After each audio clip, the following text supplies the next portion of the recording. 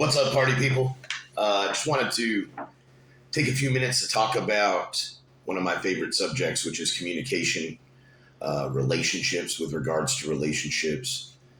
Something that seems to be hitting home right now with a lot of my friends, or a subject that keeps reoccurring with a lot of my friends, is patterns and cycles of getting into relationships with people who are emotionally unavailable. Um, I feel like I can speak to this subject pretty freely. I've been on both sides of this coin. I understand a lot of the dynamics and a lot of the reasons why people become emotionally unavailable, and why we get in the habit of chasing relationships with those types of people. Um, First of all, I should probably specify why or what I consider as somebody who's emotionally unavailable, right? Like a true partnership or relationship between two people, whether it be a business relationship, an intimate relationship, whether it be a man and a woman, or a woman and a woman and a man and a man. um, it's a partnership, right? Like we bring to the table communication, honesty, loyalty, faith, um, faithfulness, and emotions and emotional support and encouragement and relatability. And we share our experiences with each other, and we communicate with each other, and we try to encourage and lift each other up, uh, towards being successful at whatever it is, whether it be having a successful, healthy relationship, whether it be being successful in business. No matter what it is, you have relationships with people, and we need people to contribute and to participate in a healthy way in order for relationships to be successful. Obviously, communication is a big part of that. Being emotionally unavailable to me means not being able or willing to reciprocate emotion, emotional support, emotional intimacy, um, just being able to reciprocate feelings on any kind of level. I had a friend of mine who I love dearly post on Facebook, uh, not too long ago, that there's nothing worse than being with someone and feeling totally alone. And my response to that was, stop chasing emotionally unavailable men who can't see past their own needs, wants, and desires. I've been that guy. I'm in recovery. I've been sober for several years now. Um, but when I was in active addiction, and I hate to out my fellow addicts and alcoholics, but we have very narcissistic personalities and very narcissistic behavior. We are self-absorbed, selfish, and self-centered to the core. We have very little regard or consideration for other people's feelings, needs, and desires. And I can only speak for myself, but I know that when I was in active addiction, I was taking people hostage on the regular. And when I say that, I don't mean in a physical way at gunpoint. I mean emotionally. I took people emotionally hostage because I was not in any way capable of reciprocating any kind of emotional attachment or emotional support or communication. I was numb to my feelings and I was disconnected from reality. But God blessed me with the gift of gab and charisma, and I would find people who wanted to fix me. I would find people who wanted to support me and encourage me and wanted to love me. And I got my needs met. It was a survival skill for me when I was in active addiction. But I was in no way capable of having a healthy relationship with anyone. Now, that's just one example of somebody who's emotionally unavailable. Some people are emotionally unavailable because of trauma, because of childhood trauma. They're emotionally disconnected because of physical things that happened to them. They're emotionally disconnected because they were taught not to show emotion, that they got physically punished, or cast aside if they showed any kind of emotion, or emotion was equal to weakness, right? So, and I'm not in any way blaming anyone for the way that they raise their children, and I'm certainly not making anyone out to be a victim. The last thing that you are ever going to hear from me is that someone is a victim of circumstance. I played the victim card for a long time. It was always somebody else's fault. It was a matter of not having the right job, or my job didn't understand, or the law was messing with me, or she just didn't love me enough. Whatever the excuse that I made up for my misfortune, I was always at the root of my troubles. It was me. And I took that into relationships. But no, at no point do I believe that I'm a victim. I believe that every human being is responsible for their own emotional growth and their own emotional capabilities. I believe that everyone should work at having better communication, being in touch with their feelings, being able to communicate their feelings in a healthy way. I believe that in order to have a true partnership with another human being, you have to know what makes you tick first. You have to know what makes you happy and what makes you healthy as an individual. I have also been on the flip side of that coin in recovery, where I've tried to love someone enough to fix their brokenness. Um, I know I can speak for myself that I've been in situations where a person told me that they weren't looking for a relationship and they weren't uh, ready for a relationship. And I was like, that's okay. I'm not trying to marry you. I'm just trying to hang out. Well, next thing you know, I'm in a relationship with this person who told me that they weren't ready or able for a relationship. And I was invested and I was loving them. And then I wanted to fix them, right? Because if I could love them enough and I could help them get over their brokenness or heal through whatever trauma they've experienced, then they would see my value and they would see my worth. I would prove to them how lovable and how great I was. And there becomes a pattern. That becomes a pattern of behavior where I began seeking people to fix because it gave me a sense of purpose. Not only did it give me a sense of purpose and it make me the hero in my mind that I was going to rescue someone from their trauma, or I was going to help someone mend or heal from their trauma or their previous relationships. Um, but it also allowed me to not focus on me. It also allowed me to it also allowed me to deflect from my own inadequacies, my own insecurities, my own fears, and pour my energy into fixing someone else. What I know is that no person is capable of fixing someone else. I certainly needed outside help to repair my broken coping mechanisms and my broken skill set. I know that when I got clean and sober, I had a lot of tools in my toolbox that had no place in a healthy, productive life. They were toxic and they were broken, and I needed to get new tools, and I needed to learn just what the flaws in my makeup were and just what my weaknesses were.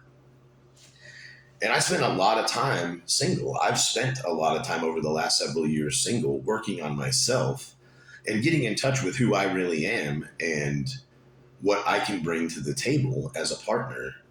And I've got a lot of experience in doing things the wrong way.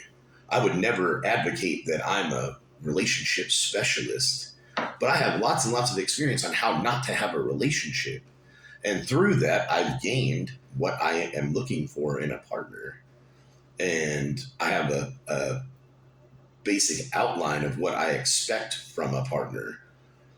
And in order for me to break the cycle and break the patterns of getting involved in toxic relationships and getting involved in relationships with people who weren't capable of having a relationship, I had to first focus on myself and learn my own worth. I had to learn what made me happy. I had to learn what being single was all about and being content in myself and in my life, being self-supporting, having friendships, and just going out and taking myself out to eat or taking myself out to a movie and being comfortable in my skin to do that. Um, I think before you can have a whole, you have to have two individuals.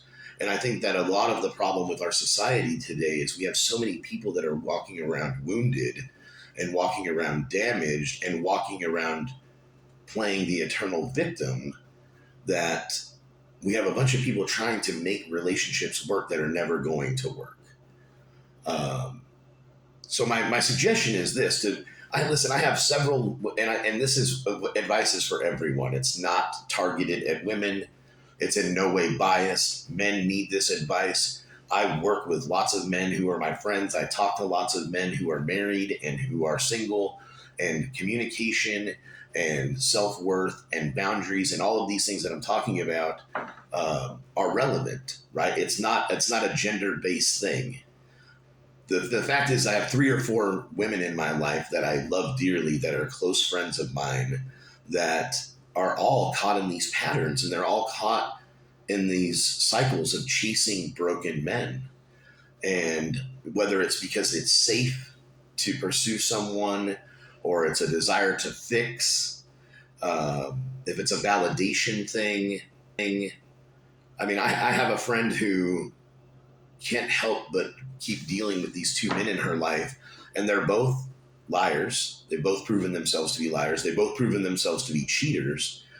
And she keeps wanting to believe them, and she keeps allowing them access to her. And I finally had to tell her, after I told her to stop dealing with them, drop them. They're dead weight. They've proven to you who they are. They're snakes. And you're coming to me and you're crying to me about getting bit by these snakes. And you're out here like a snake charmer, playing with cobras and playing with snakes in a basket, and then coming to me crying that the snake bit you. So in order to stop allowing the same harm to fall upon us, like the snake charmer situation, we have to stop allowing people access to us that are causing us harm. We have to stop participating in situations that aren't for us. Part of breaking the cycle and breaking these patterns, first of all, is recognizing that there's a problem. Uh, the problem in the snake charmer situation is that we've already identified the fact that we're dealing with snakes. We can't pretend like they're not snakes. We can't pretend like we don't know.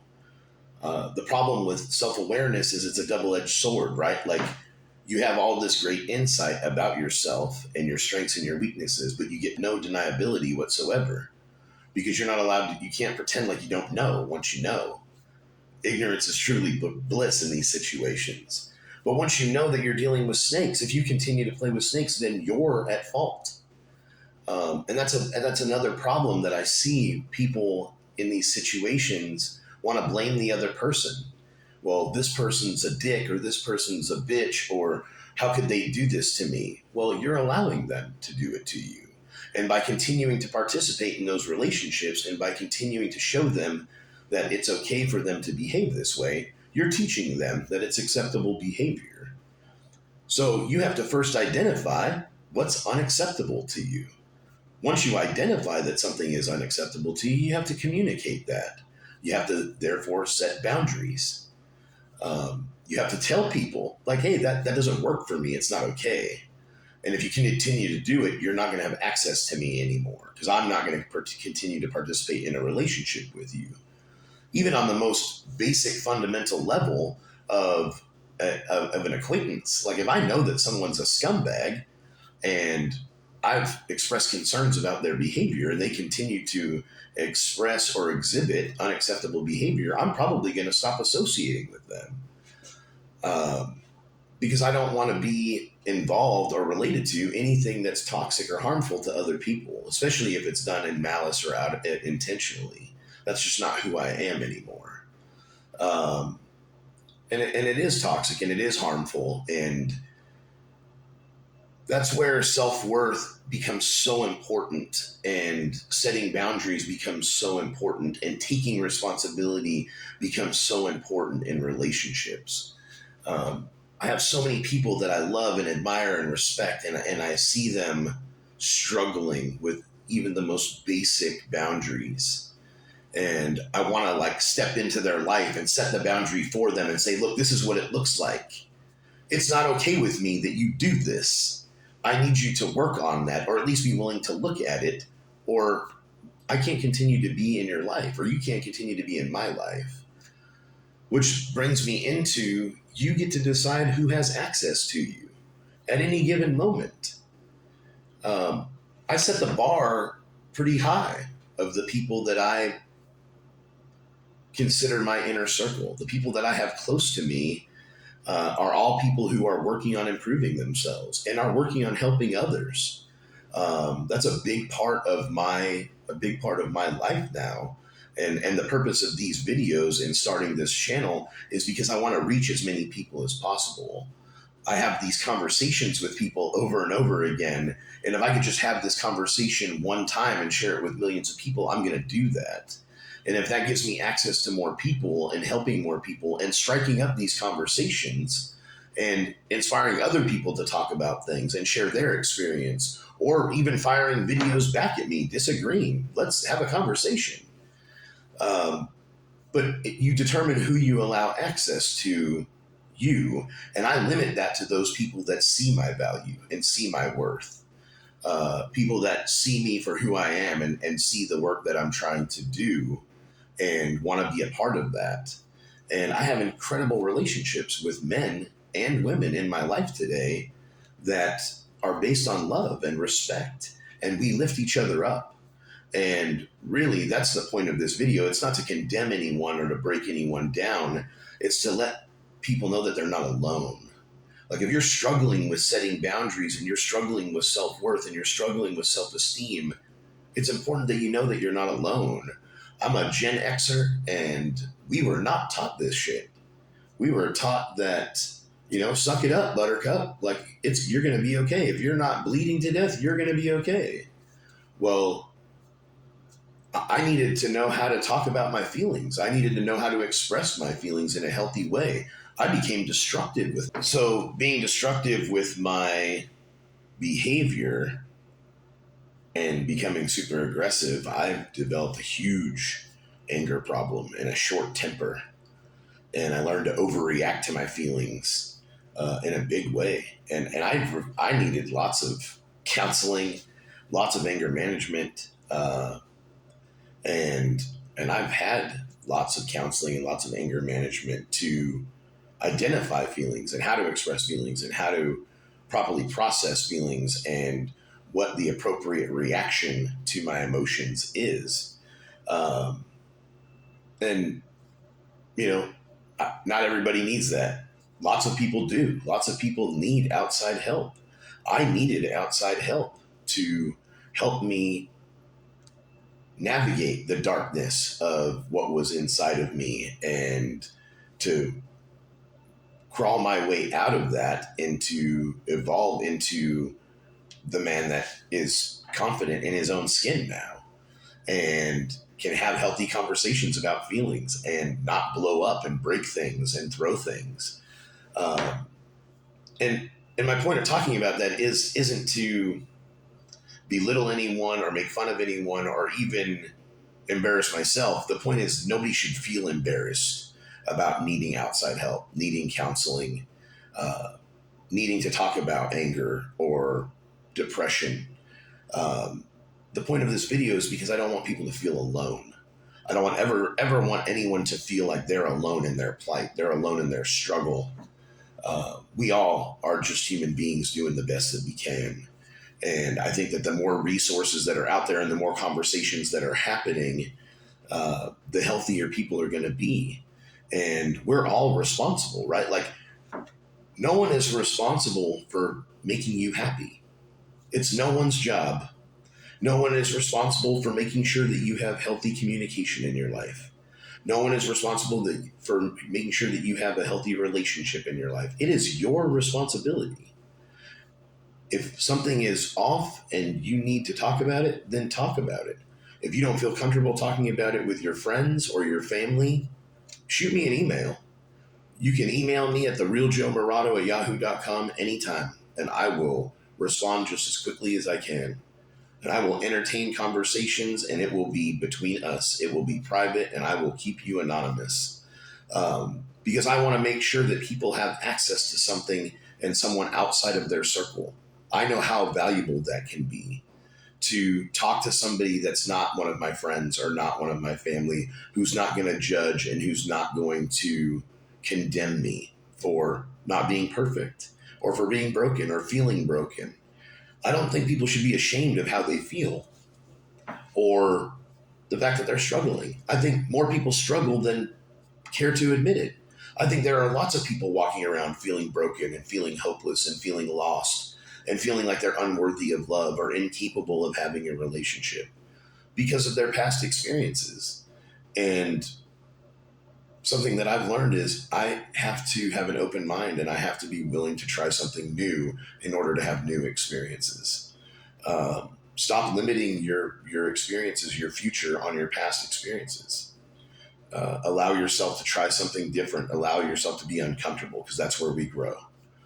Uh, just to recap, like this is all about taking responsibility for our own mental health, our own emotional health, the health of our relationships, the accountability of us in any of these situations, and breaking patterns. It's my responsibility to recognize a pattern and break it. It's my responsibility to set healthy boundaries and keep them.